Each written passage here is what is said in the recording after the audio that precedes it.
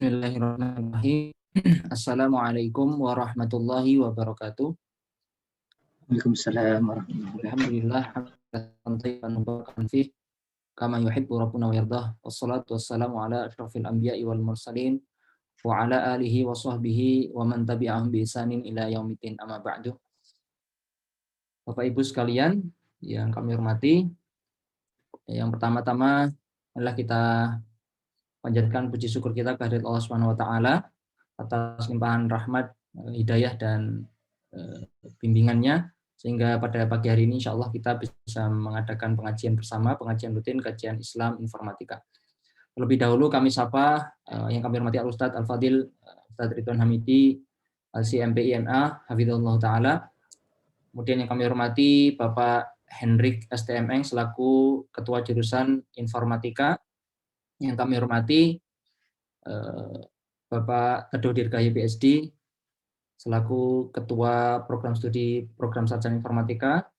Yang kami hormati Ibu Izati Muhimah selaku Ketua Prodi Program Magister Informatika dan beserta para jajarannya di jurusan Informatika dan Prodi Magister dan Prodi Sarjana. Serta Bapak Ibu dosen tendik dari jurusan Informatika maupun lingkungan Fakultas Teknologi Industri yang kami hormati, dan mungkin ada sebagian adik-adik mahasiswa yang semoga dirahmati Allah Subhanahu wa taala. Sebelum kita mulai acara kita pada kesempatan pagi hari ini, terlebih dahulu akan kami bacakan susunan acara kita. Yang pertama adalah pembukaan, yang selanjutnya adalah pembacaan Al-Quran yang akan mengetengahkan surat Luqman ayat 12 sampai dengan 19. Acara yang ketiga yaitu penyampaian materi oleh Al-Ustadz Ridwan Hamidi LCMPIMA Hafizahullah Ta'ala dengan tema Akademisi Membangun Generasi Robbani.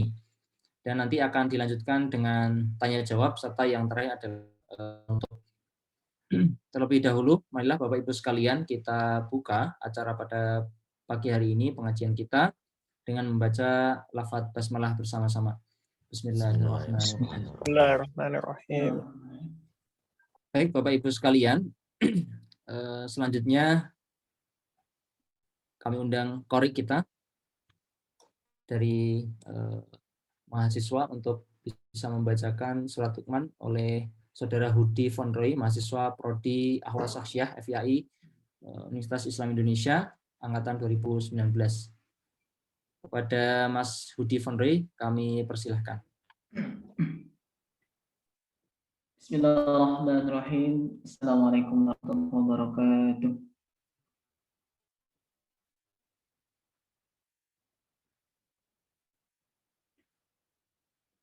أعوذ بالله من الشيطان الرجيم. بسم الله الرحمن الرحيم.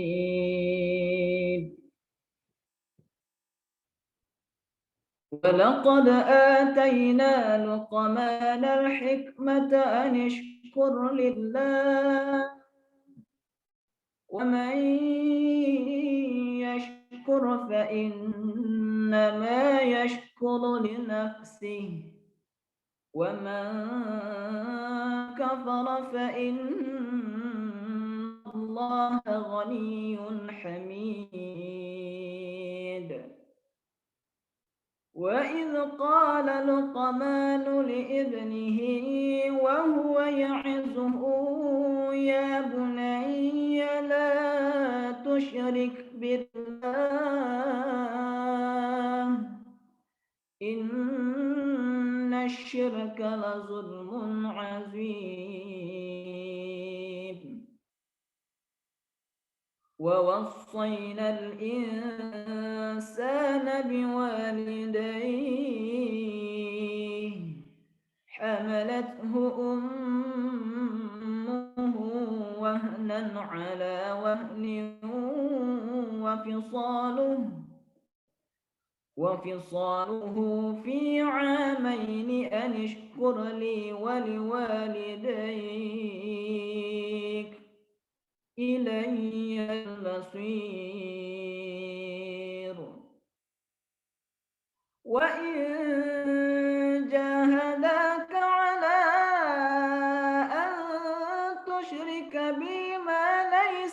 به علم فلا تطعهما وصاحبهما في الدنيا معروفا واتبع سبيل من أناب إلي ثم إلي مرجعكم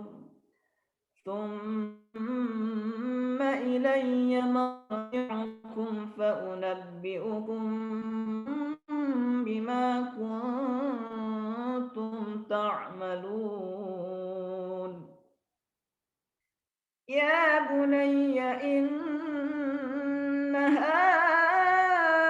إن تك مثقال حبة من خردل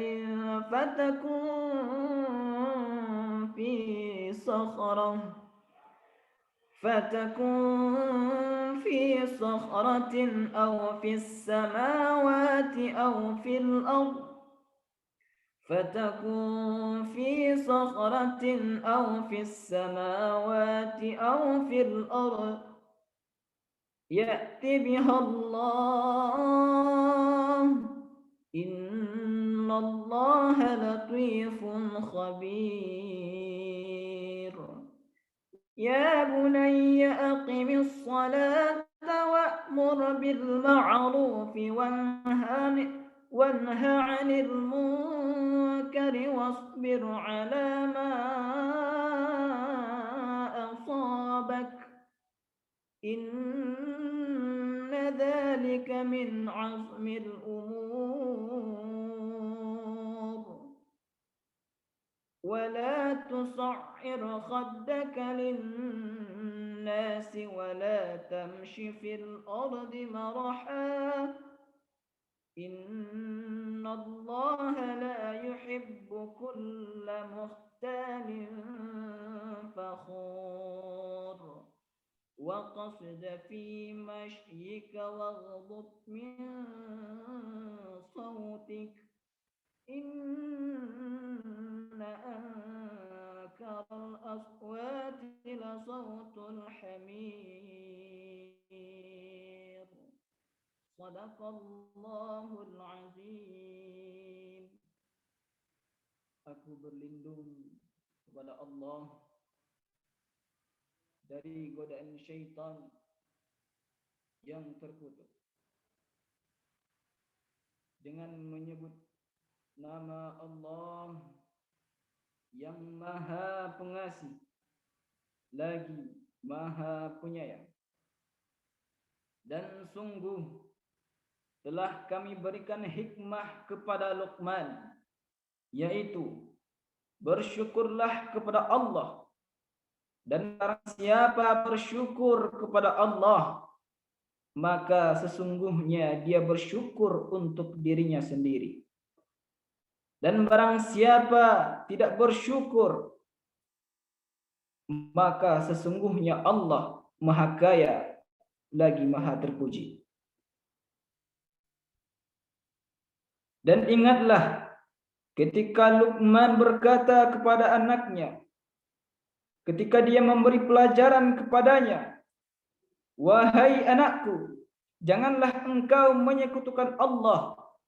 Sesungguhnya menyekutukan Allah adalah benar-benar kezaliman yang besar.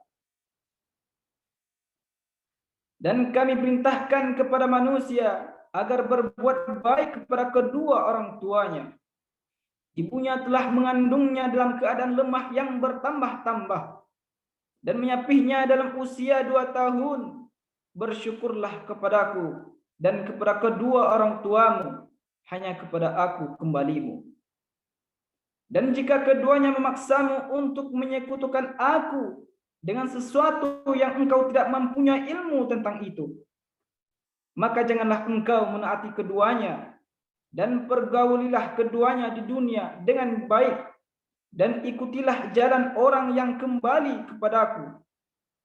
Kemudian hanya kepadaku tempat kembalimu, maka akan aku beritahukan kepadamu apa yang telah kamu kerjakan." Luqman berkata, "Wahai anakku, sungguh jika ada sesuatu perbuatan seberat biji sawi dan berada dalam batu atau di langit ataupun di bumi, niscaya Allah akan memberinya balasan. Sesungguhnya Allah Maha Halus lagi Maha Teliti. Wahai anakku, laksanakanlah salat dan suruhlah manusia berbuat yang ma'ruf dan cegahlah mereka dari yang mungkar. Dan bersabarlah terhadap apa yang menimpamu. Sesungguhnya yang demikian itu termasuk perkara yang penting. Dan janganlah kamu memalingkan wajah dari manusia karena sombong. Dan janganlah berjalan di bumi dengan angkuh. Sungguh Allah tidak menyukai orang-orang yang sombong dan membanggakan diri. Dan sederhanakanlah dalam berjalan. Dan lunakkanlah suaramu. Sesungguhnya seburuk-buruknya suara ialah suara keledai. Maha benar Allah yang Maha Agung dengan segala firman-Nya. Demikian yang dapat kami sampaikan. Wassalamualaikum warahmatullahi wabarakatuh. Waalaikumsalam warahmatullahi wabarakatuh. Jazakallah khairan kepada saudara Hudi Fondri. Semoga apa yang dibaca tadi bisa memberikan pencerahan kepada kita semua dan menambah keimanan dan ketakwaan kita kepada Allah Subhanahu wa taala. Baik, Bapak Ibu sekalian, hadirin rahimani wa rahimakumullah. Kita masuk ke sesi yang berikutnya, yaitu materi pengajian yang insya Allah disampaikan oleh Ustadz Ridwan Hamidi ACMP IMA Hafizahullah Ta'ala dengan tema akademisi membangun generasi Robbani. Mungkin sebelumnya sedikit pengantar ya, kenapa tema ini kami angkat. Jadi mungkin sebagai informasi juga kepada Ustadz nih, besok Senin itu kami sudah mulai proses belajar mengajar, dan tugas kami ini kan ya tidak hanya mengajar saja, tapi juga punya peran ya dalam membangun generasi mahasiswa adik-adik kita. Dan sebenarnya peran kita tuh tidak hanya untuk mahasiswa kita, tapi kita juga sebagai orang tua kita punya anak. Kemudian kita juga sebagai dosen kita juga punya kewajiban sendiri ya, dan sebagainya. Dan kita juga perlu membangun diri kita sendiri sebagai generasi yang penerus gitu, dan harapannya kita semua bisa menjadi generasi Robbani. Mungkin itu sedikit pengantar dari saya. Dan untuk nanti insya Allah pengajian akan kita laksanakan sampai dengan maksimal 11:30 nih Ustadz. Kemudian nanti ada mungkin sedikit tanya jawab sampai menjelang waktu zuhur. Begitu. Dan waktu sepenuhnya kami berikan kepada Ustadz Ridwan Hamidi Hafizahullah Ta'ala. Falyatafaddal mashkurah. Jadi share slide mboten nggih Ustadz? Oke. Oke, betul Ustadz. Saya yang share apa jenengan? Oh, enggak, dari aja. Mana yang lebih mudah? Atau Ustadz Mawan nggih nanti untuk. Oke. Ya, baik. Oke. Assalamualaikum warahmatullahi wabarakatuh. Assalamualaikum warahmatullahi wabarakatuh. Innal hamdalillah nahmaduhu wa nasta'inuhu wa nastaghfiruh wa na'udzu billahi min syururi anfusina wa min sayyiati a'malina. May yahdihillahu fala mudhillalah wa may yudlil fala hadiyalah. Wa asyhadu an la ilaha illallah wahdahu la syarikalah wa asyhadu anna Muhammadan abduhu wa rasuluh. Allahumma shalli wa sallim ala nabiyyina Muhammad wa ala alihi wa sahbihi ajmain, amma ba'd. Sebuah kehormatan bagi saya untuk bisa hadir di hadapan Bapak Ibu sekalian. Tentu kami mengucapkan jazakumullah khairan atas kesempatan yang diberikan, dan mohon maaf kalau tidak bisa menyapa satu persatu para pimpinan di fakultas, jurusan di kampus tercinta kita ini. Mudah-mudahan itu tidak mengurangi rasa hormat kami pada Bapak Ibu sekalian. Salawat serta salam mudah-mudahan senantiasa terlimpahkan pada Nabiullah Muhammad Sallallahu Alaihi Wasallam, pada keluarganya, para sahabatnya, dan siapapun yang senantiasa menegakkan sunnah-sunnahnya sampai akhir zaman. Pada kesempatan pagi ini kita akan sama-sama belajar, dan saya merasa bahwa ini bukan materi yang baru bagi Bapak Ibu sekalian. Materi yang saya yakin ini juga tidak asing atau mungkin pernah dengar di kesempatan yang lain. Tema yang ada di hadapan kita ini yaitu tema berkaitan dengan membangun generasi. Dan yang membangun adalah akademisi. Tema ini kalau dibahas pada tempat yang lain, tentu kita akan memotretnya dari kacamata yang berbeda. Kalau ini disajikan pada para penghafal Quran, tentu akan berbeda dengan kalau ini disajikan di hadapan para akademisi. Oleh karena itu, kita akan coba mengangkat tema ini dan kita akan coba bahas bersama.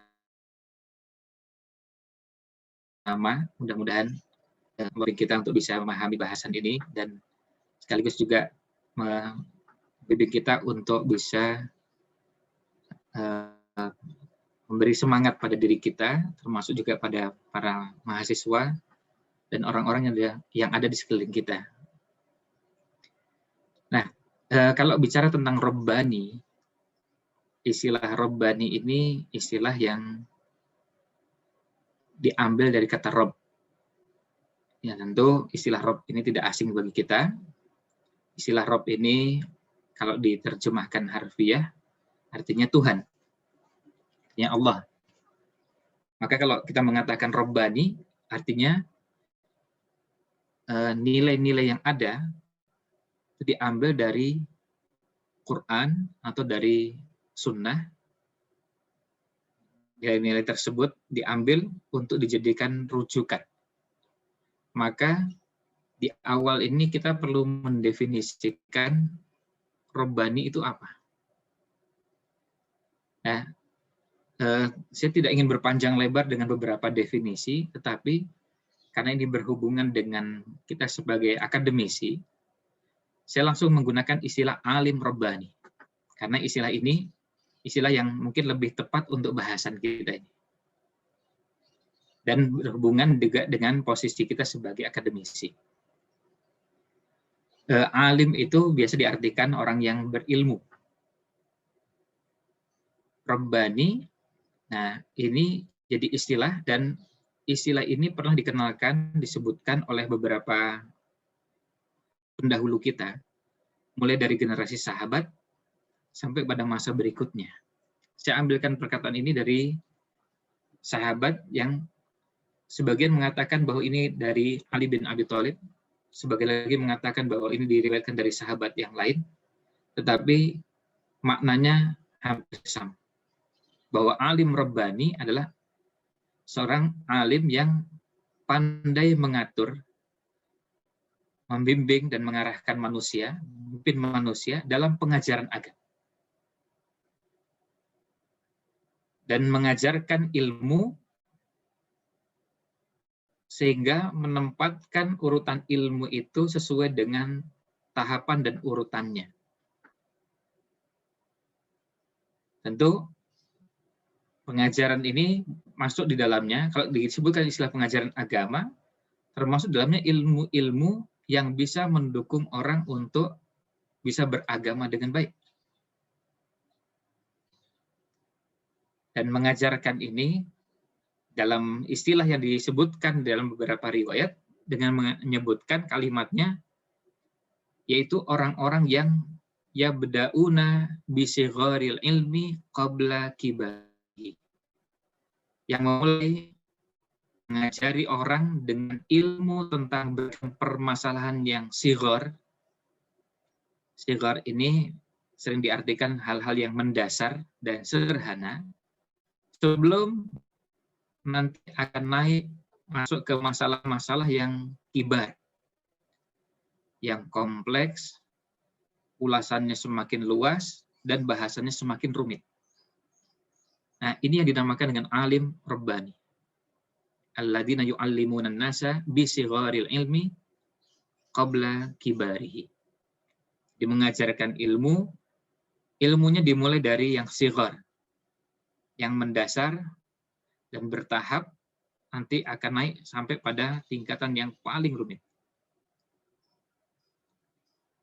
Nah, ini dinamakan alim Rabbani.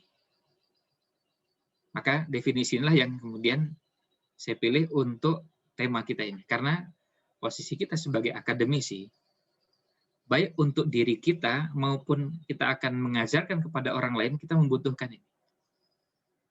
Kita memerlukan tahapan dalam belajar. Sehingga generasi yang muncul adalah generasi yang bangunan ilmunya kokoh. Karena dimulai dari yang mendasar sampai akhirnya siap untuk berhadapan dengan masalah-masalah yang rumit, masalah yang kompleks, masalah yang ulasannya semakin luas dan mendalam. Dan ini ada pada semua ilmu. Nah, kenyataan bahwa sekarang ini kita melihat masih ada ketidakteraturan dalam belajar ini menjadi PR kita semua untuk kita turut bertanggung jawab. Karena memang kondisinya seperti yang kita saksikan. Saya ingin mengambil contoh, kita ambil fenomena orang-orang yang hadir di pengajian. Nah, ada yang hadir di pengajian, dan hadirnya itu hanya sekedar pilih-pilih yang disukai.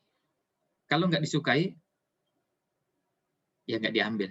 Atau kalau tidak itu, ya diambilnya cuma bisa temanya, atau bisa ustadznya, atau bisa subtemanya, atau bagian-bagian dari pembahasannya. Ada yang modelnya pilih-pilih seperti ini.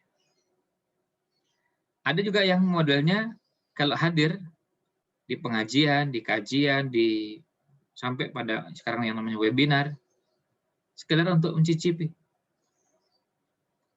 Biar pernah ngerasakan gimana sih kalau belajar materi-materi tertentu.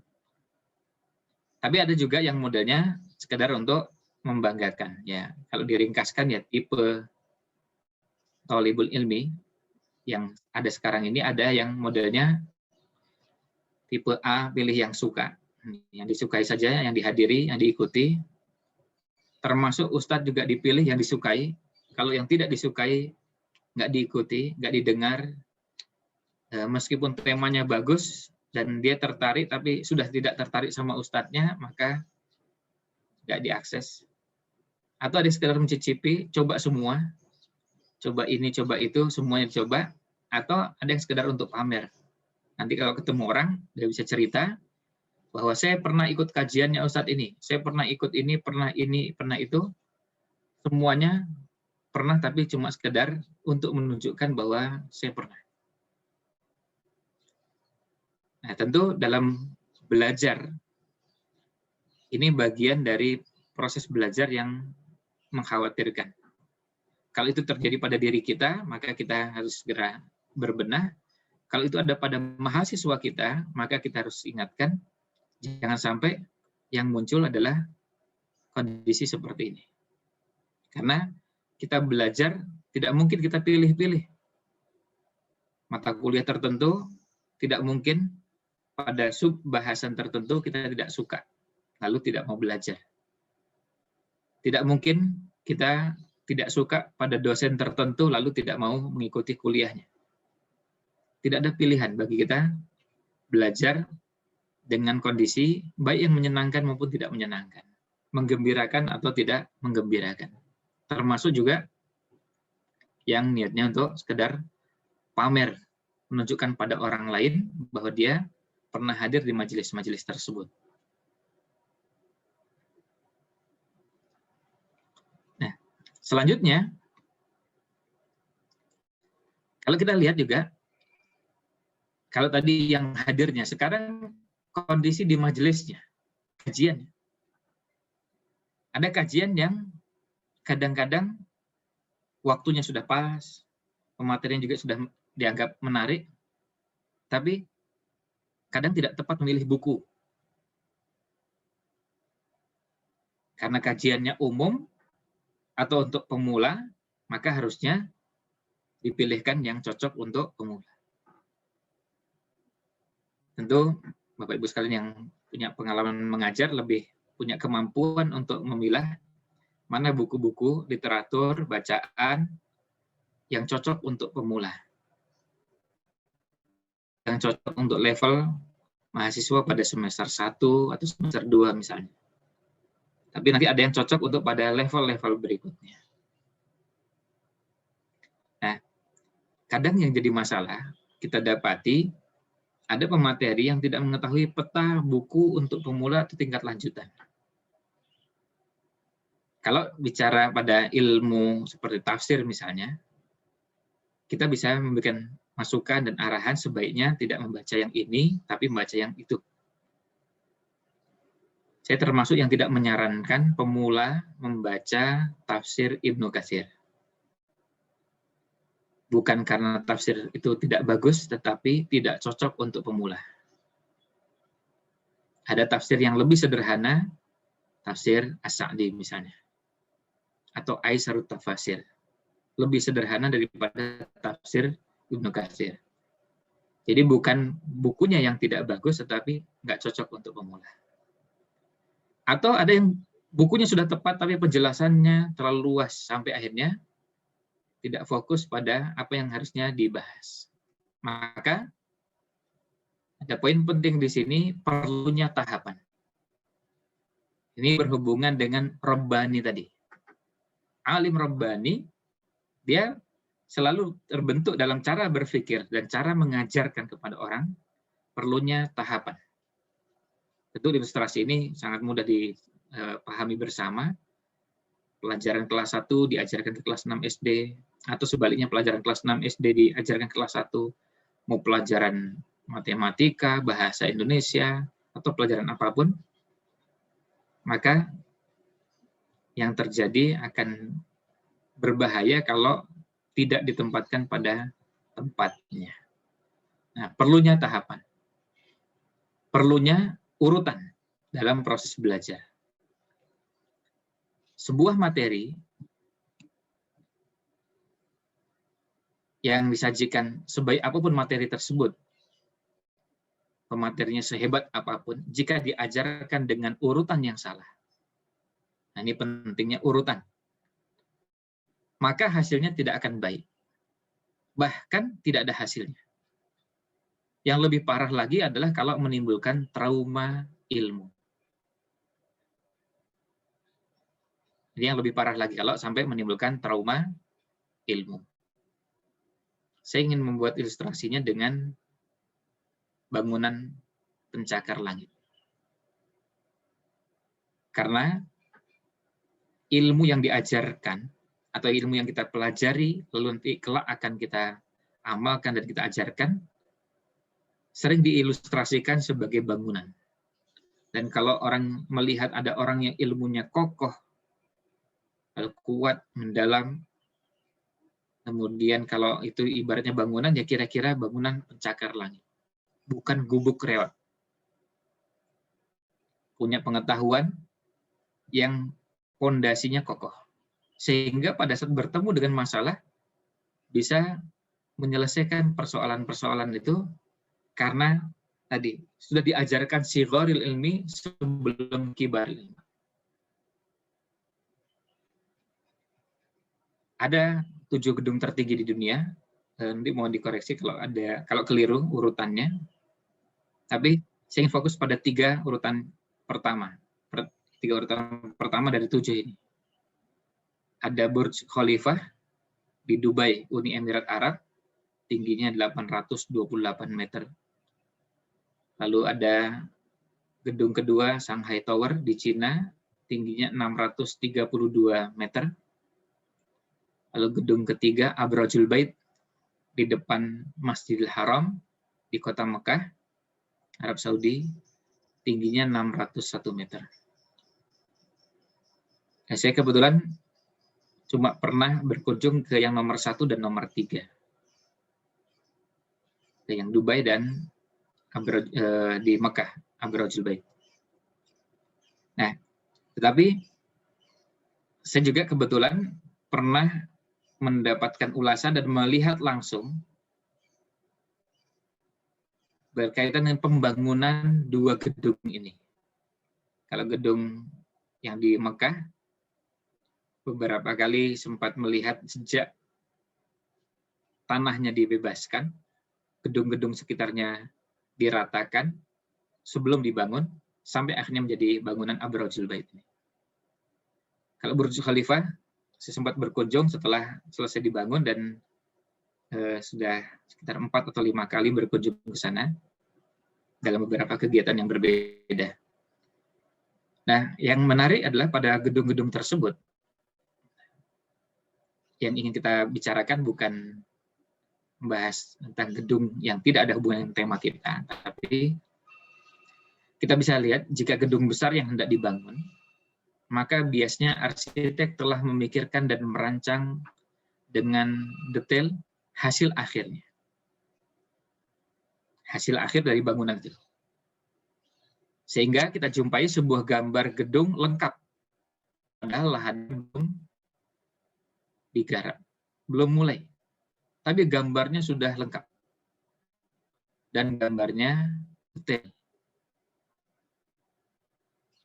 Nah, kalau kaitannya dengan proses belajar kita, belajar kita juga harus jelas gambar akhir dari proses belajar kita ini seperti apa. Kira-kira nanti kalau untuk kita pribadi, atau kita sebagai kepala rumah tangga, atau bagian dari rumah tangga, atau kita sebagai dosen, pada posisi apapun, termasuk mahasiswa, perlu jelas gambar akhir dari proses belajar kita ini seperti apa. Kalau kita ingin membangun bangunan yang kokoh, seperti gedung pencakar langit, dan bangunannya kokohnya luar biasa, menjulang tinggi, fondasinya dengan akar yang sangat kuat. Belajar kita perlu jelas sejelas-jelasnya, dan kalau bisa tidak meleset, seperti kalau orang membangun bangunan. Nah, inilah perlunya belajar Islam yang terstruktur. Nah, disinilah peran yang namanya alim Rabbani. Karena tahu petanya, roadmap-nya. Sekarang ini kalau saya membaca, apakah sudah sejalan dengan apa yang seharusnya dilakukan atau masih ada bagian yang perlu diluruskan. Nah, kira-kira seperti itulah tahapan dan urutan belajar Islam yang perlu kita jalani. Ada T dan ada U, tahapan dan urutan. Tahapan dan urutan belajar Islam, maka perlu kenali mana yang harus didahulukan. Demikian pula target capaian yang ingin diperoleh dari proses belajar tersebut. Nah, idealnya belajarnya seperti itu. Dan itulah ciri alim Rabbani. Nah, kalau kita sebagai akademisi ingin mewujudkan itu, maka kita sejak sekarang mulai merencanakan. Maka sudah saatnya belajar kita tidak lagi belajar yang asal-asalan. Belajar kita pelan-pelan tidak masalah, tapi jelas tahapan-tahapannya, urutan-urutannya.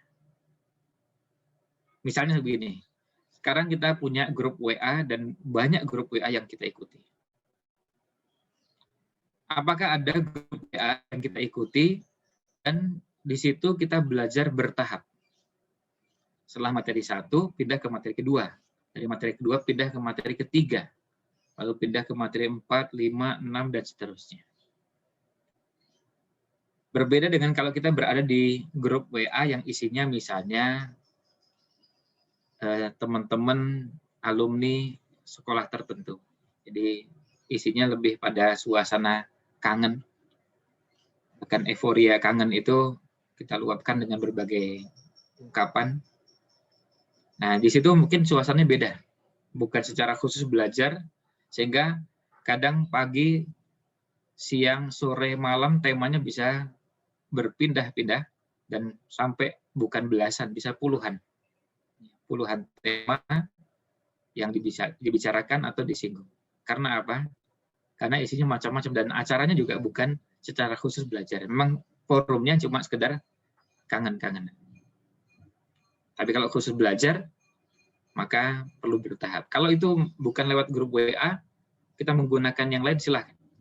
Tapi perlu jelas. Kita belajar dari mana, belajar apa, kemudian tahap berikutnya apa, dan begitu seterusnya. Nah, karena apa? Karena proses belajar yang pernah dilakukan Rasul Shallallahu Alaihi Wasallam dengan sistem melahirkan generasi Rabbani itu melahirkan generasi terbaik yang dinamakan dengan khairun nas atau khairul qurun.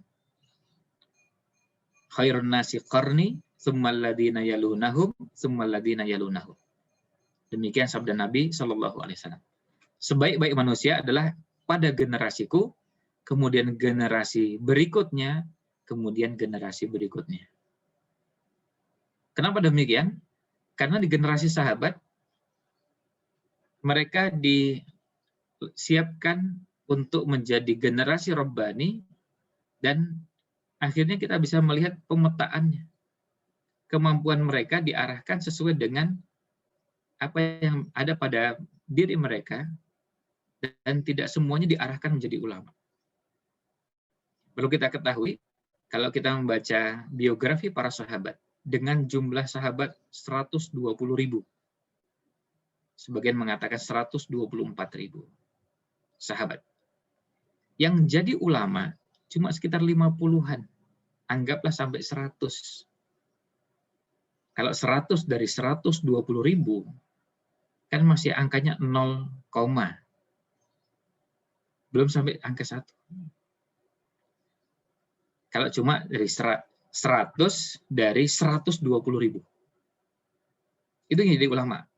Maka kita kalau baca hadis, kalau kita baca buku fikih, atau baca buku tafsir, dan yang lainnya, nama-nama sahabat yang muncul, kemudian nama di antara sahabat yang meriwayatkan itu, yang jadi ulama, tidak banyak.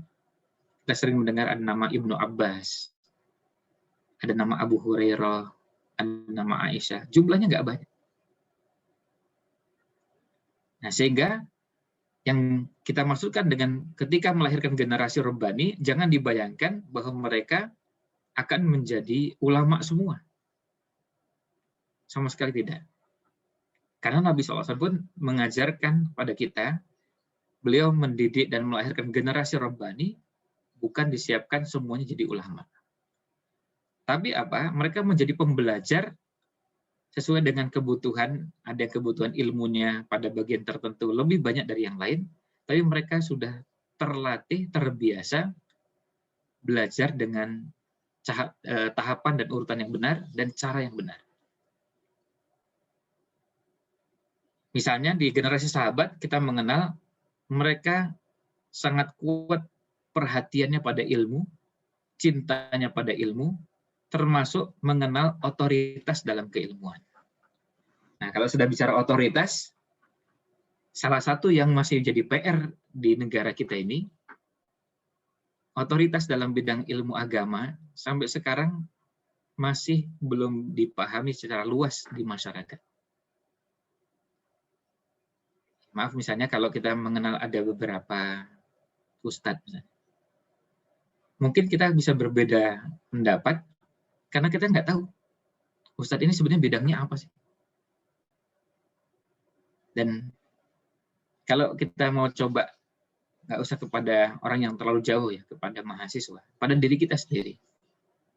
Kalau kita menyebut beberapa nama ustadz, kira-kira bidang yang beliau kuasai atau otoritas keilmuan yang beliau kuasai itu apa? Misalnya gini, kita ambil contoh Ustadz Bakhtiar Nasir. Itu kira-kira bidangnya apa? Nah, bisa jadi jawaban kita beragam, jawaban kita berbeda-beda karena sebetulnya masalahnya kita nggak tahu sebenarnya. Ustadz Abdul Somad itu bidangnya apa sih?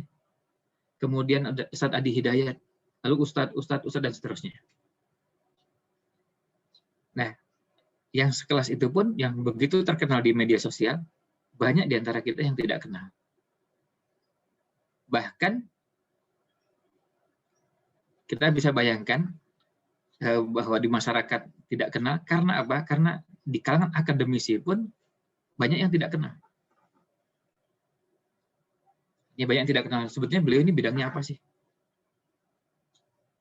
Kan bisa diketahui kalau biasanya kita di perguruan tinggi, kita bisa lihat beliau tesisnya tentang apa, disertasinya tentang apa. Nah, kira-kira kan alurnya bisa kita ketahui, beliau ini lebih menguasai di bidang apa. Otoritasnya bisa kita ketahui. Para sahabat radhiyallahu anhum pada saat itu, kalau ada masalah jelas langsung tanya kepada Rasul Shallallahu Alaihi Wasallam. Dan tradisi atau kebiasaan tanya seperti itu begitu kuat dalam kehidupan para sahabat. Bahkan kadang-kadang pertengkaran atau beda pendapat antara suami dengan istri, mereka bilang kita selesaikan ke Rasulullah SAW. Dan harus kita selesaikan juga hari ini. Nah, ini untuk menunjukkan kepada kita bagaimana para sahabat sudah terbentuk dengan sangat baik. Mereka paham betul sebagai generasi Rabbani, kalau mau bertanya pada siapa. Kalau mau bertanya tentang bahasan tersebut, apakah pas ditanyakan kepada fulan dan fulan. Ketika ada Nabi SAW, mereka membiasakan seperti itu. Bahkan yang bepergian, ketika ada masalah, mereka ketika pulang, tanya pada Nabi SAW. Ada yang melaut. Ketika berada di tengah lautan, ketemu masalah. Mereka bilang nanti kalau kita pulang, tanya kepada Nabi SAW. Lalu kemudian jadi hadis yang sering disebutkan di bab pertama di buku-buku fikih. Ketika beberapa orang sahabat menyatakan, ya Rasulullah kami ini biasa melaut. Kemudian kami bawa air. Tapi masalahnya airnya terbatas. Kalau air tersebut kami minum, nggak cukup untuk wudhu. Kalau kami berwudhu menggunakan air itu, meminumnya gimana? Lalu Nabi SAW ditanya, apakah boleh kami ini berwudu dengan air laut? Afanatawadda'u bima'il bahri. Lalu dijawab oleh Nabi SAW bahwa air laut itu wattahuru ma'uhu al-hillu maitatuhu. Air laut itu suci dan mensucikan. Jawabannya lebih jauh dari sekedar yang ditanyakan. Jawabannya bukan sekedar menjawab, oh boleh atau tidak boleh. Tapi jawabannya, air laut itu suci dan mensucikan. Jadi artinya bukan hanya bisa digunakan untuk minum. Bisa digunakan untuk berwudu, untuk mandi, untuk nyuci, untuk apapun. Kemudian beliau menyampaikan sabdanya, al-hillu maitatuhu. Padahal sahabat tidak bertanya. Tapi Nabi SAW juga memprediksi, kira-kira nanti kalau melaut lagi, muncul pertanyaan nggak seputar bangkai laut? Maka dijawab oleh Nabi SAW, al-hillu maitatuhu. Bangkai laut itu halal. Bangkai laut itu halal. Artinya, hewan-hewan yang kita dapatkan dari laut, itu tidak perlu ada proses yang namanya sembelih. Kita melihat ada orang nangkap ikan pakai jaring, ikannya dibiarkan sampai mati, setelah itu kita goreng. Kita makan bangkai ikan. Artinya tidak ada proses penyembelihan. Dan Nabi SAW memberlakukan itu, tentu itu berlaku untuk ikan, bukan cuma ikan laut, tapi ikan sungai juga, dan ikan-ikan yang lain. Nah, ini yang namanya generasi Rabbani. Selanjutnya, ada pesan dari Imam Ibnu Abdul Bar bahwa belajar itu harus bertahap. Tulisan Arabnya saya langsung pindah ke tulisan Latinnya. Beliau mengatakan bahwa belajar atau thalabul ilmi, menuntut ilmu itu ada tingkatan dan tahapan yang tidak layak dilanggar. Tidak pantas kita melanggar tahapan-tahapan tersebut. Siapa yang melanggar secara keseluruhan, maka telah melanggar metodenya para ulama salaf rahimahumullah dari sejak generasi sahabat, tabi'in dan berikutnya. Siapa yang sengaja melanggar, maka sebenarnya dia telah menyimpang. Tapi kalau itu dilakukan karena ijtihad, dia merasa bahwa ini lebih baik daripada yang itu, ini dahulukan daripada yang lain, maka ini berarti orangnya keliru, terpeleset, menggelincir. Karena harusnya itu dijalani sesuai dengan tahapan-tahapan tadi. Kalau buku yang populer di Indonesia ada namanya Ta'limul Muta'alim. Salah satu bahasan di buku itu kita bisa melihat bagaimana beliau membahasakan ada yang salah dalam proses belajar. Bukan salah materinya. Misalnya gini, kita belajar hadis. Nggak ada yang salah di hadisnya. Tapi yang salah adalah urutan belajarnya, tahapan belajarnya. Misalnya saya sebagai pemula semangat belajar hadis, saya diberitahu katanya kitab hadis yang sahih itu Sahih Bukhari. Saya beli ke toko buku Sahih Bukhari. Saya buka, saya pelajari, saya baca. Benar nggak? Sahih Bukhari benar. Cara belajarnya yang salah. Cara belajarnya yang salah. Karena Sahih Bukhari itu, kalau kita mau belajar langsung ke situ, sementara kita tidak punya pengetahuan apa-apa, pengantar untuk masuk ke Sahih Bukhari, bisa bingung. Nah, ini maksudnya apa ini? Kok tiba-tiba masuk ke bahasan?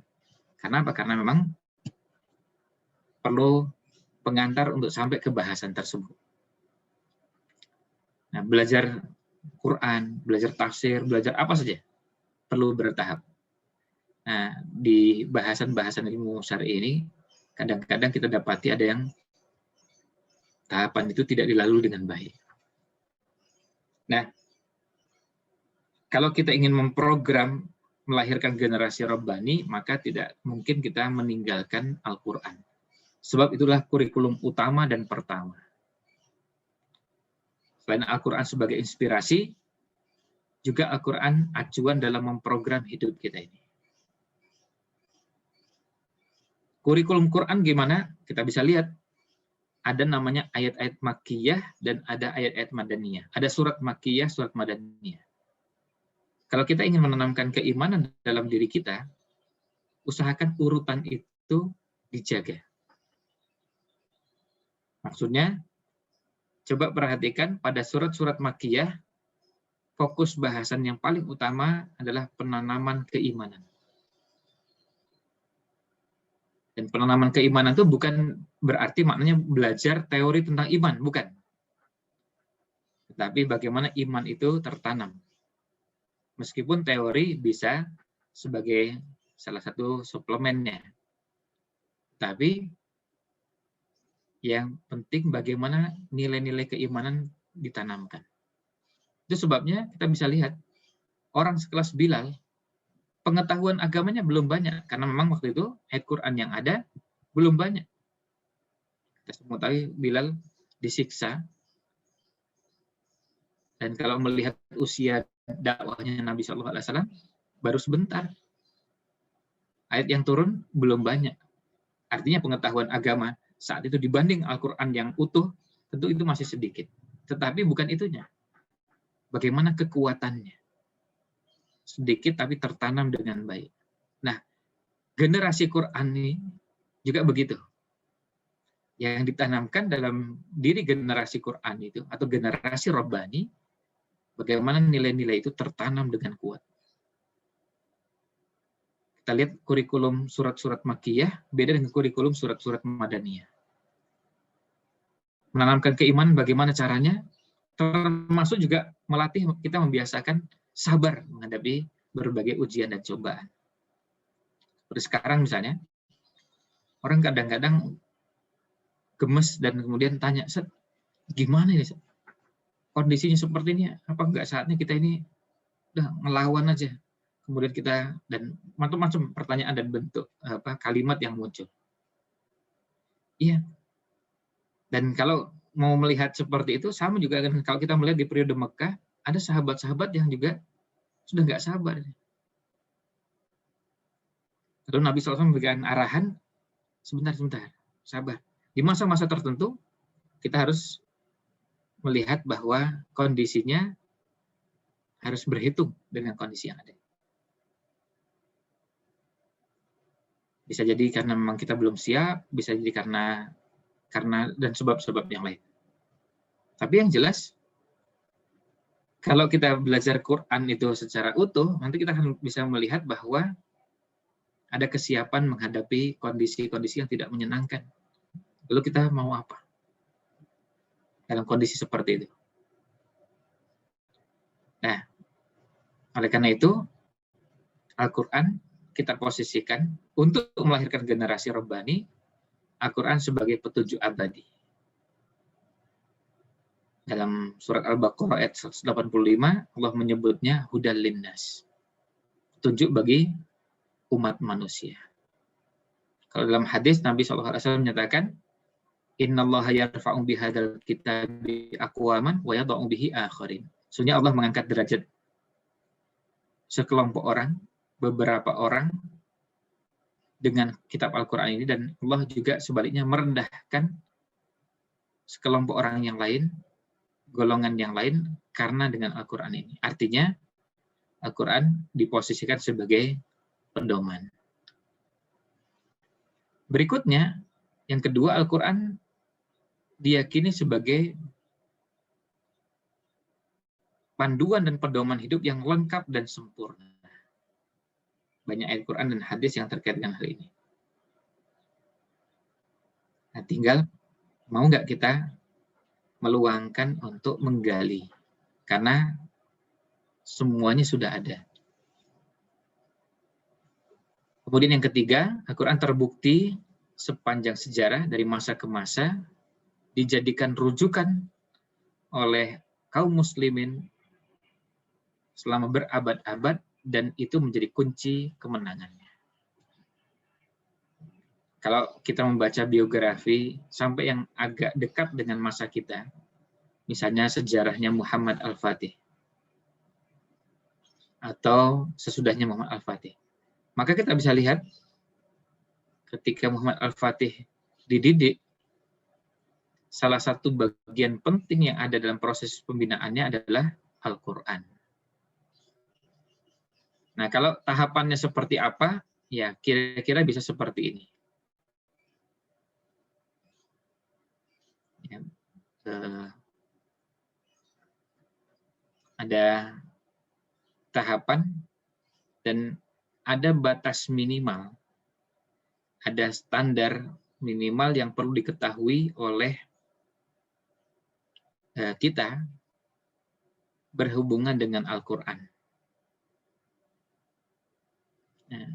Tahapannya bisa 7 seperti ini, atau juga 7 dengan bahasa yang lain juga bisa.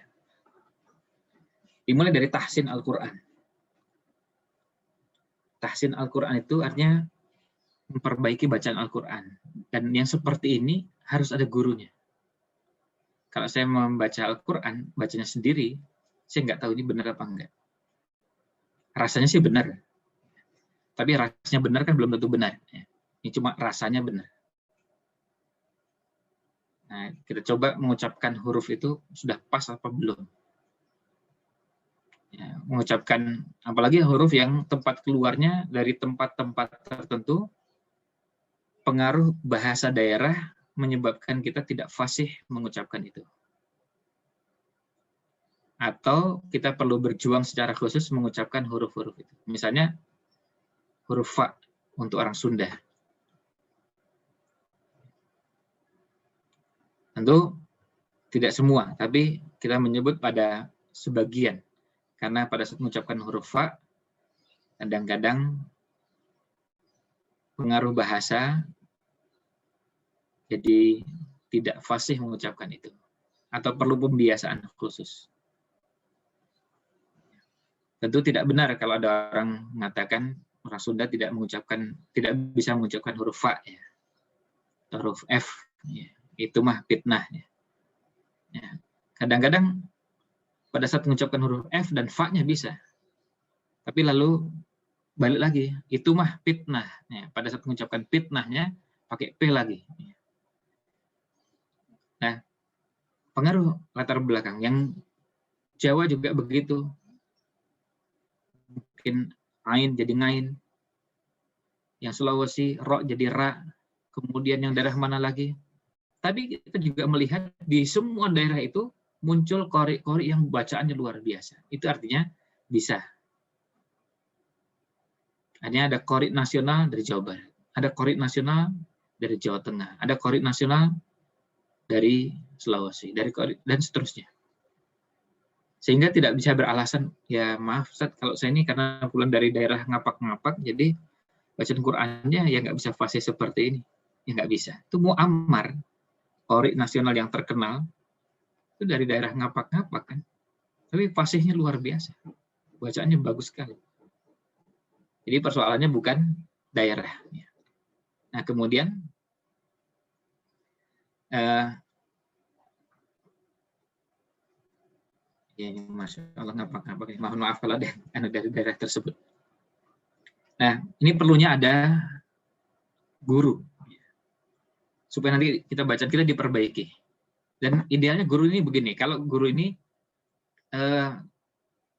dari yang sejenis akan lebih baik daripada lawan jenis.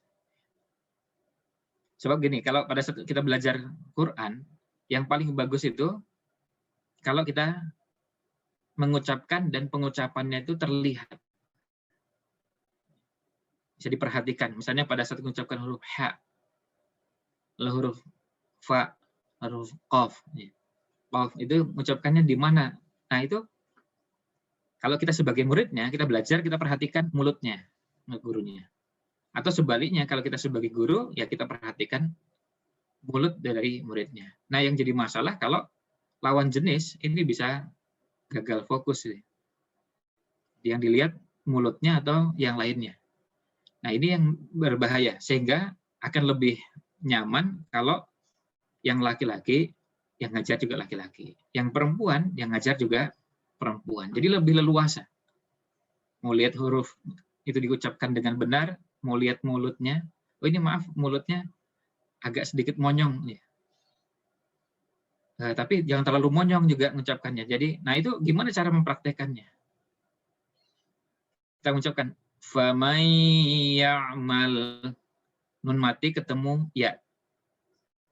Idgham itu kan nun, ya, nun yang sukun tadi masuk ke huruf yang lain, maka nunnya hilang, berubah karena masuk, berubah jadi huruf yang lain, tetapi ada dengungnya. Kalau ada orang mengucapkan famay ya'mal, itu sudah masuk hurufnya nun ke huruf ya, tapi dengungnya belum. Maka famay ya'mal, dengan kalau kita mengucapkan famay ya'mal, famay, ya ada dengung yang muncul di hidung kita. Kemudian yang kedua tilawah. Ini juga perlu ada kawan untuk memotivasi supaya kita rutin. Mungkin sebagian kita pernah dengar dulu ada komunitas Odoj, ya, One Day One Juz. Setiap hari membaca 1 juz. Isinya saling memotivasi. Sudah berapa? Saya baru 7 halaman ini hari ini. Yang lain cerita, aduh, saya lebih parah lagi, saya baru 5 halaman. Nah, tapi 1 hari 5 halaman itu udah nggak parah gitu. Karena apa? Karena targetnya 20. 1 juz. Dan tidak tercapai. Sementara yang lain tercapai. Tapi karena temannya banyak, tiap hari saling menyemangati, akhirnya baca lagi, dorong lagi. Nah, tentu saya menyampaikan itu sekedar contoh, karena komunitas bisa bentuknya apa saja. Tapi intinya bagaimana memotivasinya. Nah, kemudian, tadabbur Al-Quran. Nah, ini juga perlu bimbingan, karena bisa jadi tadabbur dari ayat, tapi tadabburnya keliru. Perlu ada yang mengarahkan ini lebih tepat, tidak seperti itu. Kemudian tatbik atau mengamalkan Al-Quran. Nah, yang seperti ini biasanya perlu keteladanan. Selain juga perlu suasana yang kondusif. Maka kadang-kadang kita sangat membutuhkan kehadiran komunitas yang membantu kita untuk menjadi baik. Komunitas itu tidak harus bermakna komunitas eksklusif. Komunitas yang bersifat inklusif, semakin luas, semakin bagus. Misalnya apa? Di kampus kita ciptakan suasana itu. Seperti halnya ketika kita menciptakan kampus kita ini, kita targetkan untuk jadi kampus yang bersih. Ya, harus ada keteladanan dan perlu ada suasana yang menciptakan suasana itu. Disediakan tempat sampahnya, disediakan tugasnya, disediakan tulisannya, disediakan dan seterusnya. Sehingga suasananya memang membuat kita susah mau buang sampah sembarangan. Akhirnya kita jadi terbiasa. Saya dulu ketika pertama kali pulang dari Saudi tahun 98, mau nyebrang jalan itu terbiasa menggunakan zebra cross. Sampai ditertawakan oleh teman-teman karena dianggap aneh. Yang dianggap aneh, nyebrang aja harus pakai ke zebra cross. Kan nyebrang di kita ini kan biasa, di mana aja bisa aja. Kalau nunggu ke zebra cross jauh, harus mendekat ke perempatan, nyebrang, lalu nanti bergeser lagi. Padahal tempat yang mau kita tuju cuma seberang jalan sana itu. Tapi rasanya tuh nggak nyaman. Rasanya tuh merasa ada yang salah, merasa berdosa karena nyebrang bukan tempatnya.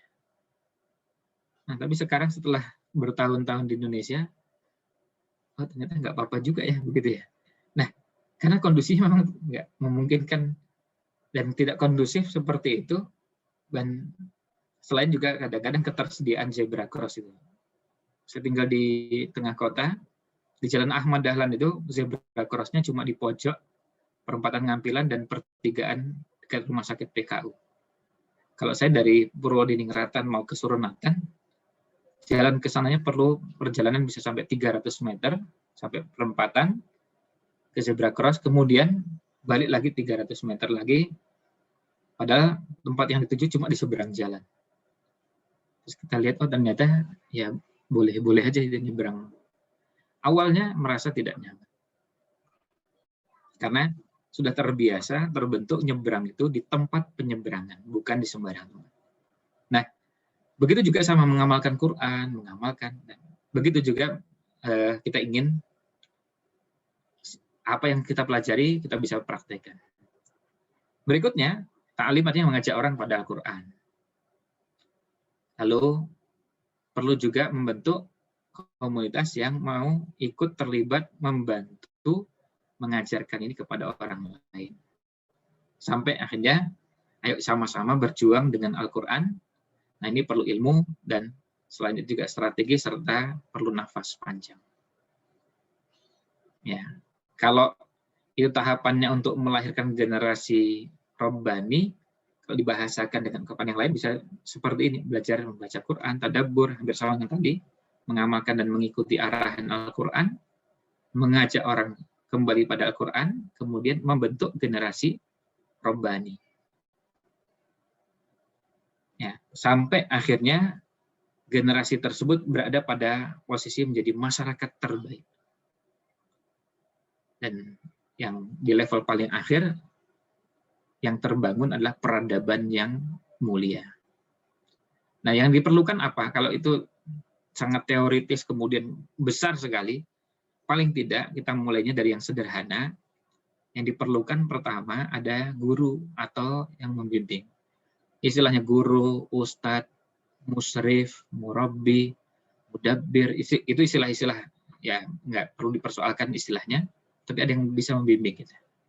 Yang kedua, bagus kalau ada kawan belajar.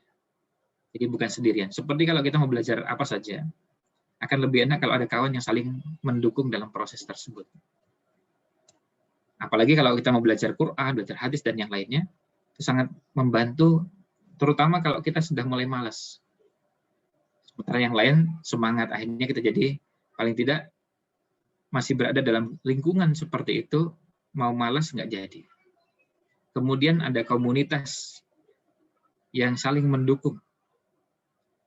Dan ada strategi untuk mencapai apa yang ingin diwujudkan. Dan yang tidak kalah pentingnya adalah program yang jelas. Sekarang ini kita mau belajar apa, setelah itu belajar apa, pada tahap berikutnya belajar apa lagi, dan begitu seterusnya. Nah, ini yang diharapkan bisa kita wujudkan. Nah, itu bahasan yang bisa kami sampaikan berkaitan dengan bagaimana yang ingin kita wujudkan. Mudah-mudahan bahasan ini bisa memenuhi harapan materi yang perlu disampaikan. Mohon maaf kalau ada yang kurang berkenan. Wallahu a'lam. Sallallahu alaihi wasallam ala Nabi Muhammad wa ala alihi wa sahbihi ajmain. Saya kembalikan ke Mas Fathan. Baik, Ustaz, jazakallah khairan atas penyampaian materinya.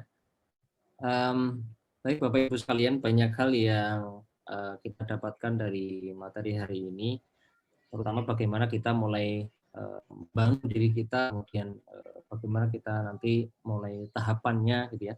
Intinya di antara yang perlu saya highlight di sini adalah bagaimana itu belajar itu secara bertahap, itu tidak lompat sana lompat sini dan seterusnya. Kalau ingin mendapatkan hasil yang baik. Baik Bapak Ibu sekalian, di sesi berikutnya kita ada sesi diskusi dan tanya jawab. Barangkali Bapak Ibu sekalian, rekan-rekan yang hadir di sini ada hal-hal yang ingin ditanyakan berkaitan dengan tema hari ini. Dipersilahkan. Silakan, bisa raise hand, open mic, atau bisa melalui ruang chat ya. Bisa ditulis atau bisa langsung open mic untuk bertanya.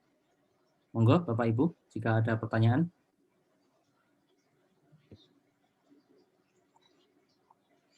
Belum ada nggih?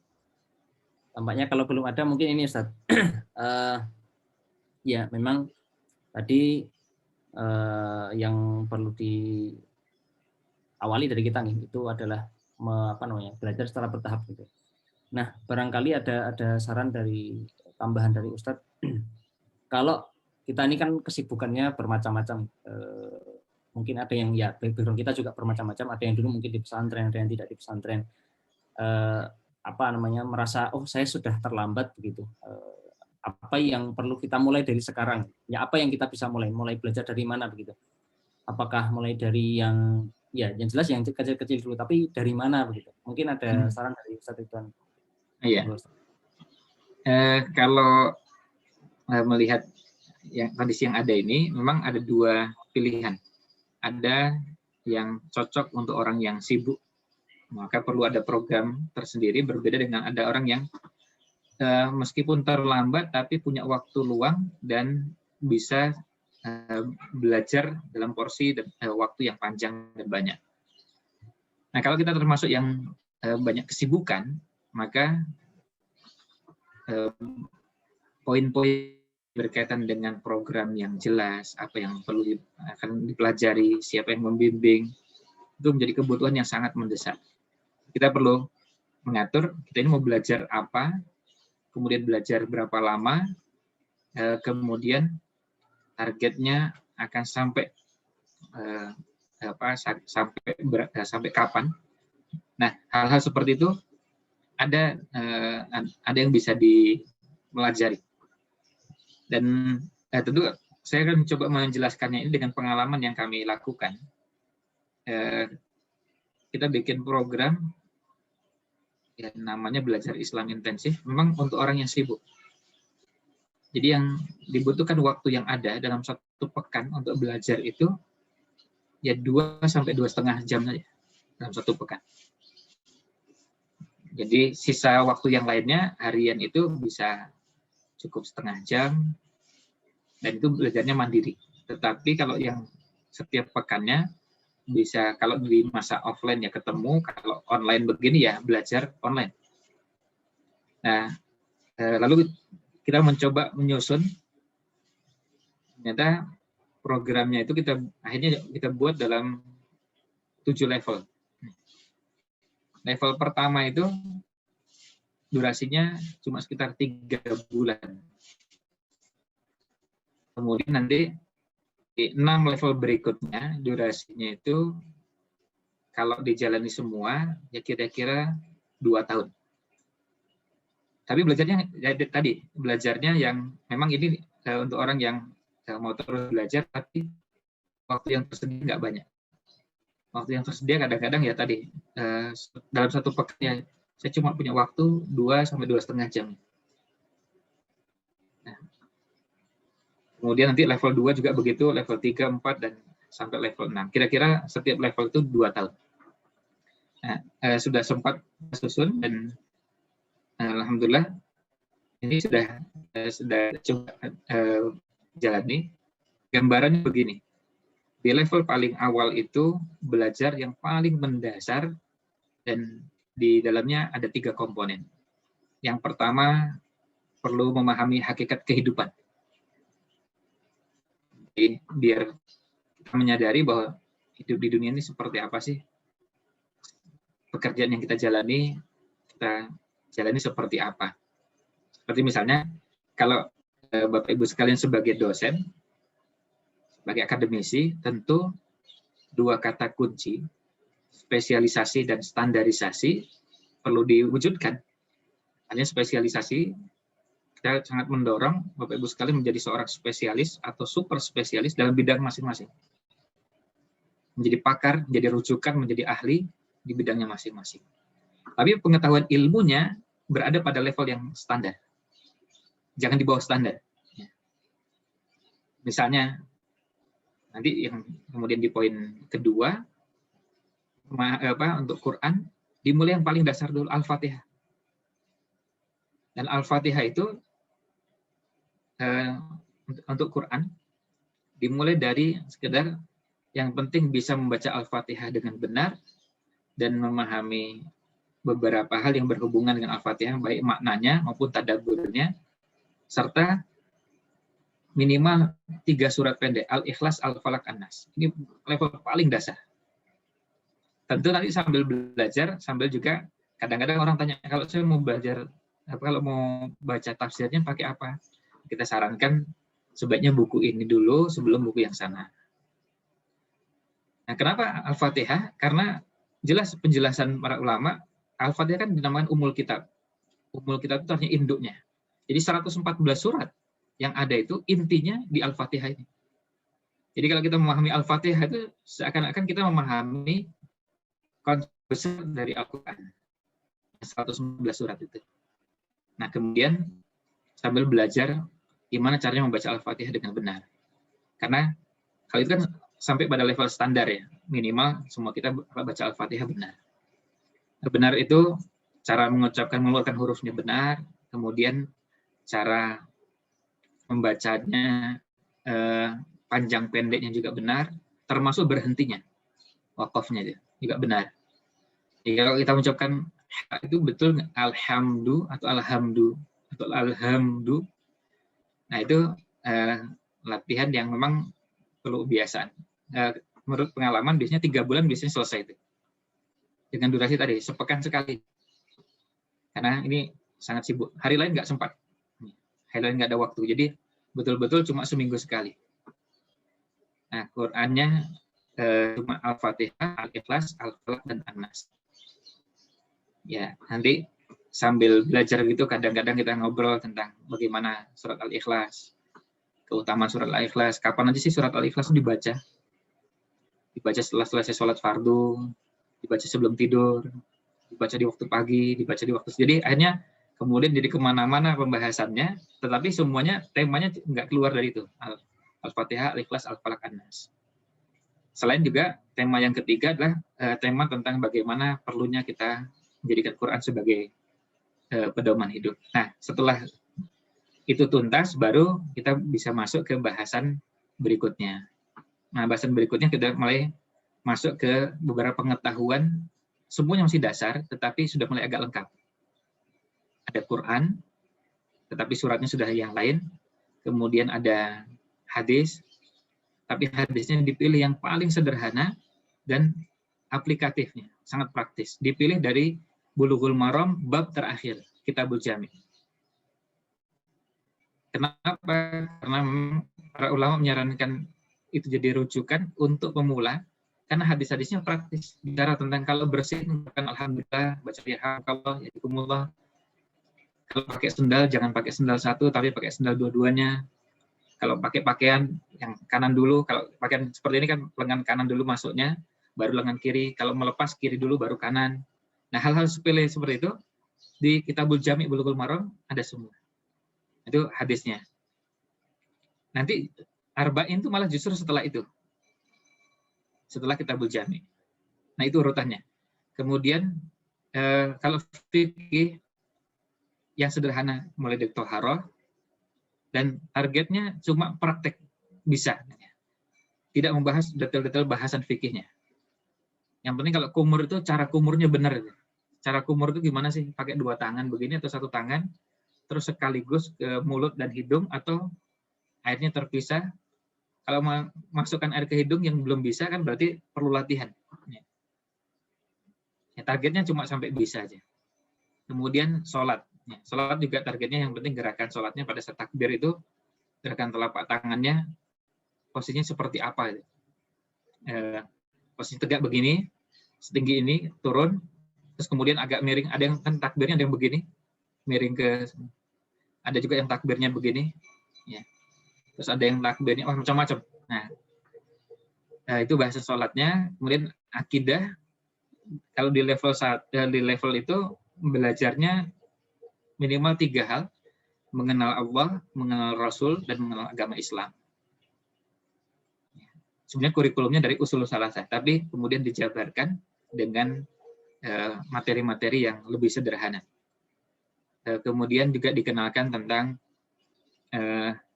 ada materi yang berhubungan dengan bagaimana kita memahami porsi ilmu-ilmu dalam Islam. Kira-kira itu. Kemudian nanti level keduanya naik lagi, level 3, 4, dan nanti suatu saat akan sampai pada bahasan berkaitan dengan masalah iman dan kufur. Jadi bahasan yang namanya mengkafirkan itu nanti akan ada bahasanya, tapi di level 5. Makanya kadang-kadang kita melihat ada orang, kenapa kok gampang mengkafirkan? Nah, ini lompat nih belajarnya. Ya, ini pasti belum punya pondasi yang cukup, kok jadi mudah mengkafirkan. Kalau kita menempatkan itu di levelnya, karena memang itu harus punya pondasi yang kokoh, maka bahasan-bahasan sebelumnya harus selesai dulu, baru nanti masuk ke bahasan berikutnya. Bahasan bid'ah itu di level 4. Sehingga nanti pada saat baru belajar, belum langsung kemudian dikenalkan hal-hal tersebut, karena apa? Itu nanti akan ada bahasannya pada waktunya. Kalau sekedar penggunaan istilahnya bisa dikenalkan di awal, tapi nanti ulasannya di bahasan berikutnya. Sebab nanti kalau tidak, yang muncul, kita khawatirkan nanti salah menempatkan beberapa istilah tersebut dalam kehidupan sehari-hari, termasuk menyikapi teman-temannya. Nah, mungkin itu aja gambarannya, dan sambil belajar begitu, biasanya kita memang menyarankan, dan tentu ini bisa dikerjakan oleh siapapun, kalau bisa ada proses belajar begitu, ada semacam TOT-nya. Jadi karena nanti jumlahnya akan terus bertambah, maka harus ada TOT, sehingga masing-masing ini membimbing beberapa orang, ya, semacam seperti asistensi agama Islam atau sejenisnya. Nah, itu kemudian, tapi betul-betul dikawal, ya, dikawal bahwa mereka ini selain sudah dapat materi tersebut, ada pembinaan yang bukan cuma menyentuh aspek pengetahuan, tapi juga aspek yang berhubungan dengan sisi ruhiyahnya, sehingga rasanya pun terbentuk. Mungkin itu. Allah. Ada pertanyaan nih dari mahasiswa kita, dari Mas Raihan Rafiq, jadi tentang mohon nasihatnya Ustadz untuk mahasiswa untuk terus meningkatkan iman, terutama di masa pandemi kan kita semuanya sulit untuk kajian secara offline. Mungkin sedikit bahan nasihatnya Ustadz. Iya, terima kasih. Kalau kajian ini, untuk kajian ini memang justru kita patut bersyukur. Ini salah satu hikmah, ya. Tentu bukan bersyukur dalam artian syukur dapat, tapi kita bersyukur bahwa ada hikmah di balik pandemi ini. Kita jadi bisa mengikuti beberapa kajian secara online.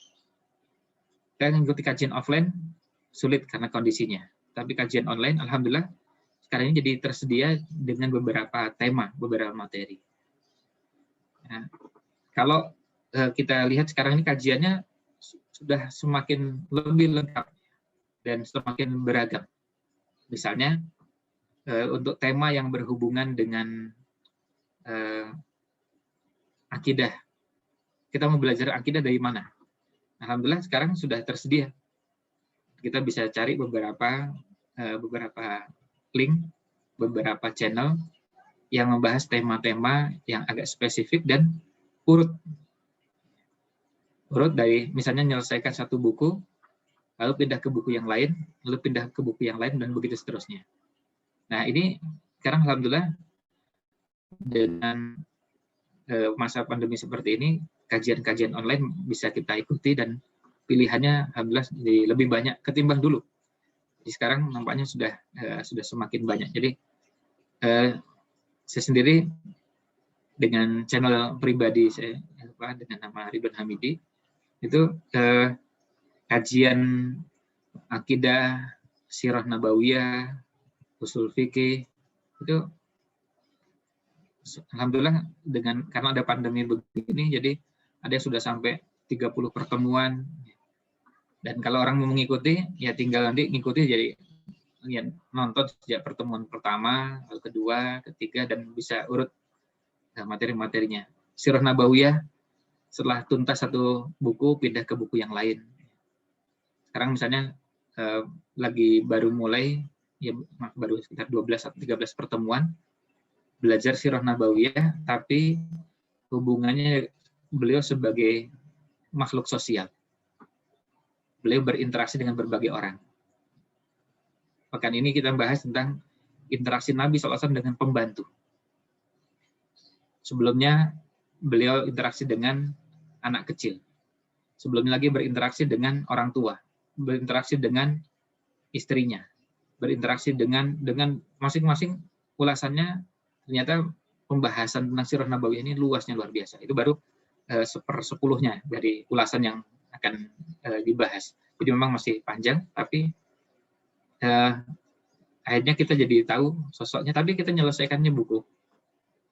Bukunya ini yang kalau di layar, kalau lihat di belakang ini, di bagian pinggir ada yang warnanya putih, lalu warna ungu, di belakang agak pojok itu, kemudian ada warna oranye. Itu buku aslinya berjudul Seni Interaksi Rasulullah Shallallahu Alaihi Wasallam. Penulisnya Syekh Muhammad Shaleh Al-Munajjid dan sudah diterjemahkan ke dalam bahasa Indonesia. Nah, buku itu yang kita jadikan acuan. Jadi peserta bisa beli bukunya sendiri. Dan ini memang kajiannya ya tentu kajian umum biasa, hanya gratis, tidak berbayar. Kemudian ya kalau mau ikut mengakses ya tinggal lihat di YouTube setiap Selasa malam. Nah, tapi bukunya kita ingin selesaikan pada bahasan tertentu, bisa milih. Dan kita dapati ustadz-ustadz yang lain membahas buku-buku yang berbeda. Saya sengaja memilih buku yang berbeda dengan ustadz lain, harapannya bisa saling melengkapi. Kalau ada yang misalnya, saya ingin belajar tafsir Al-Fatihah, nanti ada beberapa ustadz yang membahas tafsir Al-Fatihah. Ada yang saya ingin belajar akhlak. Lalu kemudian dari mana ini? Pakai buku apa? Nah, ini bisa jadi bahan masukan. Bisa memilih beberapa ustadz yang ada. Dan nanti kalau suatu saat ketemu kondisi bingung menentukan pilihan, bisa dikonsultasikan kira-kira yang bagus, ustadz yang mana dulu, atau buku yang mana dulu, baru yang lain. Karena kadang-kadang tersedia begitu banyak, malah justru membingungkan. Karena semuanya kok bagus. Seperti yang tadi saya sampaikan, kadang-kadang masalahnya bukan masalah antara bagus dan tidak bagus. Kadang-kadang ini bagus-bagus semua, cuma sebaiknya yang mana dulu baru ke yang mana. Nah, saya termasuk yang lebih cenderung apa-apa itu dimulai dari yang paling sederhana, paling dasar, kalau bisa ditempuh itu yang terbaik. Jadi sebelum pindah ke yang lain. Mungkin itu jawabannya. Iya, Ustaz. Mas pertanyaan di Pak Irving mengenai ini, Ustaz, pendapat Ustaz tentang bagaimana pendakwah yang memilih-milih muridnya, Ustaz. Oh gitu ya. Oh, ini bukan jamaah yang milih pendakwahnya, tapi pendakwah yang milih muridnya. Ya, terima kasih. Betul, ini ya memang fenomena ini juga ada kalau di beberapa waktu silam, jadi ratusan tahun yang lalu juga ada yang modelnya begitu. Meskipun kasusnya sangat langka. Tapi bisa jadi sekarang bisa berubah semakin banyak dan faktornya bisa beragam.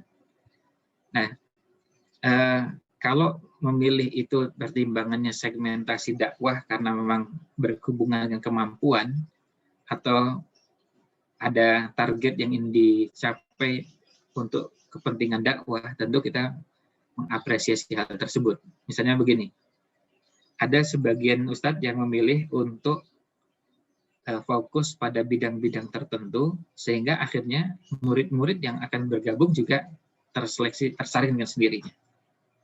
Di Jogja misalnya ada Ustadz Sigit Yulianta, beliau ngisi di beberapa tempat tema dengan judul UGD, dan beliau menamakan ini UGD, Ustadz Gawat Darurat. Ya, Ustadz Gawat Darurat itu artinya apa? Bahasannya sederhana dan kira-kira seperti di unit gawat darurat di rumah sakit.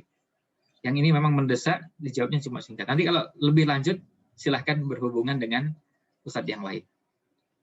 Nah, ada yang modelnya begitu. Nah, kalau yang model seperti ini, atau misalnya ustadz-ustadz yang lain yang juga temanya, kalau saya lebih banyak fokus ke pengajian ibu-ibu. Karena saya lebih bisa membahasakan itu pada ibu-ibu, itu pun saya lebih banyak temanya berhubungan dengan zikir dan doa. Yang lain temanya lebih banyak ke tema-tema yang berhubungan dengan tazkiyatun nufus. Ada yang ke remaja, bahkan di Jogja kita tahu yang lokasinya tidak jauh dari kampus kita, di posisinya dekat sebelah utaranya pesantren Pandanaran.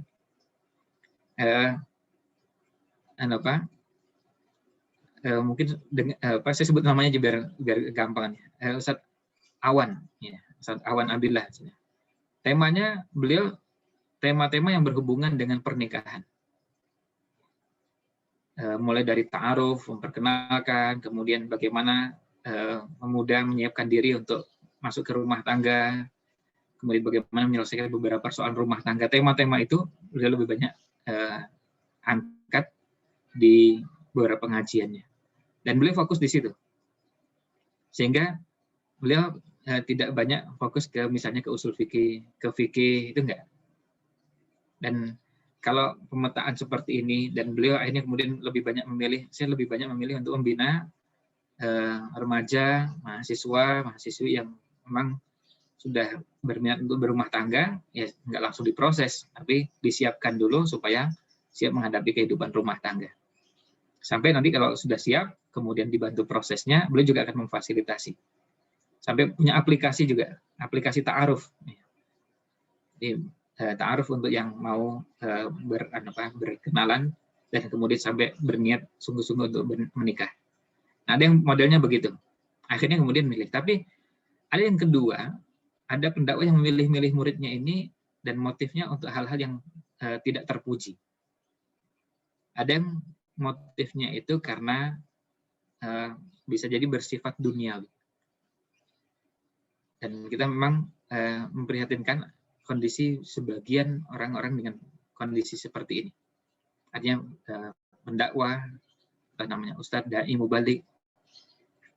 Dan saya kebetulan melihat yang seperti itu, baik di Jogja, di Jakarta, di beberapa kota besar, dan milihnya itu memang karena ada yang berhubungan dengan gengsi.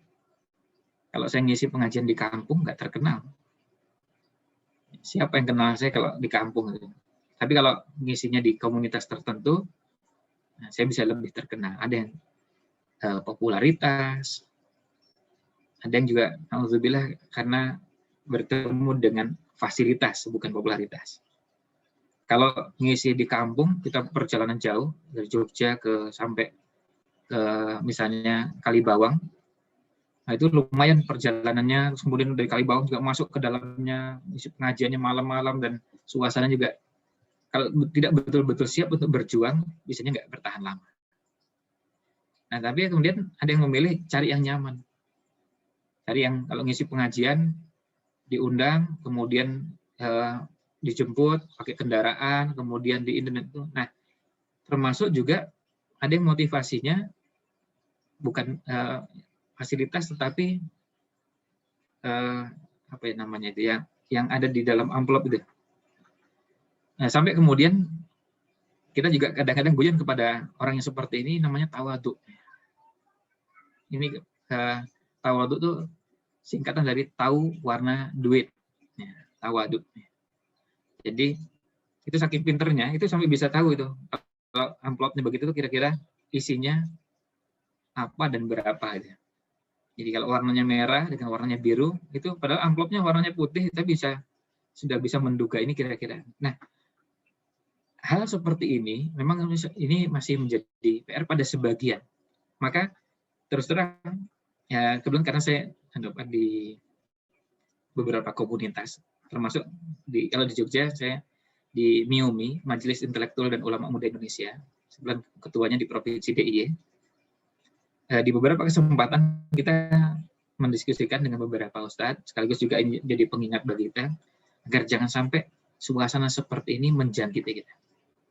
Karena ini merusak dakwah. Termasuk, alhamdulillah, di banyak majelis kita hindari, jangan sampai ada satu orang pun yang membicarakan yang namanya amplop. Jangan ada yang membicarakan, kalau di sana tuh ngisi dapat sekian. Sehingga alhamdulillah dengan tidak tahu, kita jadi tidak terdorong untuk mengerjakan atau terdorong untuk mengisi di sana karena motivasinya itu. Bahkan kemudian kita juga mencoba untuk berkomunikasi dengan beberapa pihak, gimana kalau itu dikelola yang lewat jalur, kalau ada ustadz-ustadz yang dari lembaga, kemudian disalurkannya lewat lembaga. Meskipun nanti akan sampai kepada beliau, tapi ada beberapa cara pengelolaan supaya menghindari suasana seperti itu. Sebab gini, kalau misalnya akan mengisi di tempat A, sudah tahu di tempat A ini dengan dapatnya kecil, kemudian tempat B dapatnya besar, lalu motivasinya berubah dan berbeda, kan bisa mengganggu. Maka kalau jalurnya lewat lembaga, pokoknya mengisi di A, B, C, dan seterusnya, dia kan tetap dapat, tapi nggak tahu itu dapat berapa dari mana itu nggak. Nah, itu salah satu cara untuk mengelola supaya itu bisa tetap, maksud kita menghormati beliau, tetapi juga tidak merusak semangat yang ada. Nah, termasuk tadi menghindari membicarakan hal-hal seperti itu di majelis, termasuk di grup. Meskipun cuma guyon, maka kita tegur, kita ingatkan, mohon jangan ada pembicaraan seperti itu. Ini salah satu cara untuk menjaga, dan itu memang betul keluhan itu. Bahkan kita dapat keluhannya itu sejak beberapa tahun yang lalu dari beberapa pengelola televisi. RCTI, SCTV beberapa tahun yang lalu sempat mengeluhkan itu. Karena ada beberapa ustadz yang viral, kemudian diundang ke stasiun televisi, tapi gayanya sudah seperti artis. Dan beliau mengeluhkan pada kita, ini gimana Ustaz? Masa begini? Artinya, seperti tadi misalnya, korek kita tadi diminta untuk membaca. Kalau gayanya artis, itu kemudian membaca begitu, sudah kemudian sampai berhitung. Ini kalau yang mau dibaca panjang apa pendek? Kita langsung paham, begitu tanya panjang atau pendek itu maksudnya apa? Kalau panjang berarti, ya tahulah itu masih resikonya panjang. Kalau pendek berarti, nah hal-hal seperti itu ternyata jadi keluhan di beberapa tempat. Makanya kemudian kita coba untuk meminimalisir itu, dan mudah-mudahan bisa kita hilangkan. Tapi paling tidak upaya untuk saling menasehati, mengingatkan itu antar dai juga perlu kita upayakan. Dan alhamdulillah kalau di Jogja beberapa grup yang ada dengan ustadz-ustadz muda, suasana itu tidak ada. Ya, maaf, tapi kalau di Jakarta di beberapa tempat saya merasakan suasana itu dan menjadi PR sendiri. Begitu. Mungkin terakhir nih pertanyaan dari adik mahasiswa kita, Mas Muhammad Farhan, bertanya mengenai ini mungkin terakhir terkait dengan nasihat nih, menjaga dan meningkatkan semangat belajar dalam ilmu agama maupun ilmu yang lainnya. Intinya ilmu yang bermanfaat lah ya yang lain. Ya. Ada beberapa hal. Pertama, tentu keikhlasan itu menjadi modal utamanya. Karena kalau kita bisa menjaga keikhlasan, motivasi kita untuk belajar itu bukan karena nilai, bukan karena target yang bersifat duniawi, apapun bentuknya yang sifatnya duniawi tadi, maka kita ikhlas itu, kata Imam Ahmad, 2. Berniat menghilangkan ketidaktahuan dari diri sendiri, dan yang kedua berniat menghilangkan ketidaktahuan dari orang lain. Itu namanya ikhlas dalam belajar. Jadi artinya saya belajar, nanti saya targetnya apa? saya menghilangkan ketidaktahuan dari diri saya. Pada bahasan-bahasan tertentu nggak paham, saya cari. Meskipun itu bukan menjadi pelajaran di kampus, meskipun itu bukan yang akan diajarkan pada semester ini atau semester itu, nggak ada hubungannya. Tapi karena saya nggak tahu, ya saya belajar, ingin tahu. Dan semangatnya, ikhlas itu artinya semangat ingin nanti setelah ilmu itu kita dapatkan, kita ingin mengajarkannya pada orang lain. Kita ingin orang lain juga ngerti, paham, tahu dengan apa yang kita ketahui saat ini. Nah, itu modal pertama. Yang kedua, jangan lupakan berdoa, minta pada Allah supaya Allah membimbing pada kita mendapatkan ilmu yang bermanfaat. Karena dalam hadisnya disebutkan ilmu yang bermanfaat. Karena gini, kita bisa lihat, ada yang Allah berikan ilmu, ilmunya melimpah, banyak, tetapi dari sisi manfaatnya tidak sebesar temannya yang lain. Nah, kita minta pada Allah supaya diberikan ilmu yang bermanfaat. Kan hadisnya ada, dan kalau doanya pakai bahasa Indonesia aja nggak ada masalah. Kemudian yang ketiga, perlu ada teman-teman yang bisa memotivasi kita untuk sama-sama belajar. Kadang-kadang sekedar grup WA. Tapi di grup WA itu kita bicaranya di situ semuanya bicara tentang ilmu. Ya, saya punya grup misalnya, grup khusus untuk peneliti. Yang dibicarakan penelitian terus. Meskipun yang lain melakukan penelitian, saya nggak meneliti. Tapi dengan begitu kan saya jadi tahu. Ada penelitian yang dilakukan oleh Kementerian Agama Semarang tentang pendidikan di, ya kita jadi tahu apa yang dilakukan oleh orang lain di tempat yang lain. Jadi bicarakannya penelitian terus. Ada grup yang lain, grupnya, karena saya juga konselor rumah tangga, bicaranya tentang bagaimana persoalan-persoalan rumah tangga yang sedang dihadapi. Ada anak muda sekarang terjebak pada dunia narkoba, orang tuanya begini, pada orang dan seterusnya. Jadi bicaranya semuanya bicara yang bermanfaat. Nah, kalau kita punya komunitas-komunitas seperti ini, yang kita bicarakan akhirnya yang bermanfaat terus. Kita mau bicara yang lain yang nggak bermanfaat, nggak bisa, nggak ada ruangnya. Karena yang dibicarakan di sini bermanfaat, di sana bermanfaat, maka yang seperti ini prioritas kita menjadi lebih besar ketimbang yang lain. Artinya keberadaan komunitas seperti ini, teman-teman yang mendukung kita dalam kebaikan, kita lebih banyak berinteraksi dengan mereka ketimbang yang lain, lebih banyak menyapa mereka ketimbang yang lain. Ini yang kita harapkan. Nah, itu yang mungkin bisa kita coba upayakan, dan teman itu punya pengaruh yang sangat kuat. Terakhir, beberapa ulama menyarankan kalau ingin menjaga motivasi itu kisah. Baca kisah-kisah, dan kisah itu alhamdulillah di umat Islam kita kayanya luar biasa. Kita lihat Quran itu sepertiganya isinya kisah. Makanya ini juga saya titip pesan pada Bapak Ibu sekalian yang terutama Bapak Ibu muda yang punya anak-anak yang di usia belia, usia pra-TK, TK, SD. Kalau bisa biasakan berkisah. Biasakan berkisah.